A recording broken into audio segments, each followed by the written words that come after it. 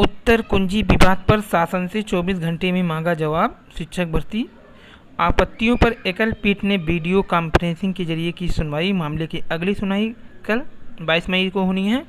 High court की लखनऊ पीठ ने 69,000 शिक्षक भर्ती परीक्षा के उत्तर कुंजी पर आपत्तियों से संबंधित विवाद में राज्य सरकार को जवाबी हलफनामा देने के लिए 24 घंटे का समय दिया है। मामले की अगली सुनवाई 22 मई को होगी।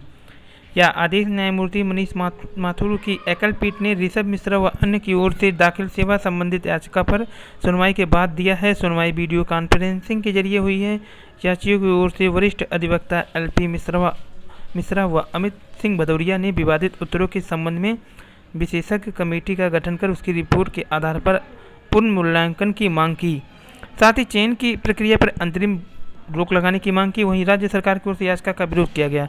राज्य सरकार की ओर से स्वयं महाधिवक्ता राघवेंद्र सिंह पेश हुए। उन्होंने याचिका को बलहीन बताया। न्यायालय ने दोनों पक्षों को बहस सुनने के उपरांत सरकार को संक्षिप्त हलफनामा दाखिल करने का एक दिन का समय प्रदान किया।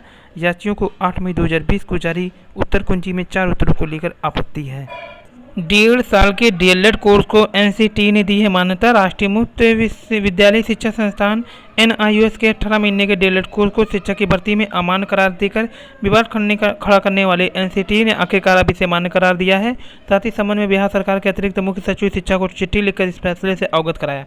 मानव संसाधन विकास मंत्री ने पिछले दिनों इसे मान्य करने के संकेत दिए थे। राष्ट्रीय अध्यापक शिक्षा परिषद NCT ने लिखे पत्र में पटना हाईकोर्ट के उस फैसले का भी जिक्र किया जिसके तहत NCT के उस समय के फैसलों को खारिज कर दिया गया। हालांकि हाईकोर्ट के इस फैसले को अब तक NCT मानने के लिए तैयार नहीं थी, लेकिन हाल में ही बिहार में शिक्षकों के तीखे विरोध के बाद मानव संसाधन विकास मंत्रालय ने कोर्ट के फैसले को मानने का निर्णय लिया है।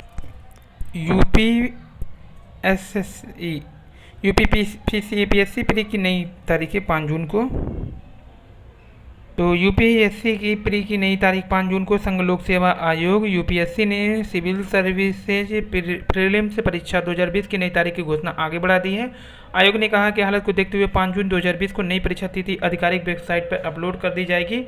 इस संबंध में आयोग ने बुधवार को एक अधिसूचना भी जारी की। यूपीएससी सिविल सर्विसेज प्रीलिम्स परीक्षा 2020 का आयोजन 31 मई को होना था, लेकिन देश में कोरोना महामारी और लॉकडाउन के चलते प्रारंभिक परीक्षा को टालने का फैसला किया गया था।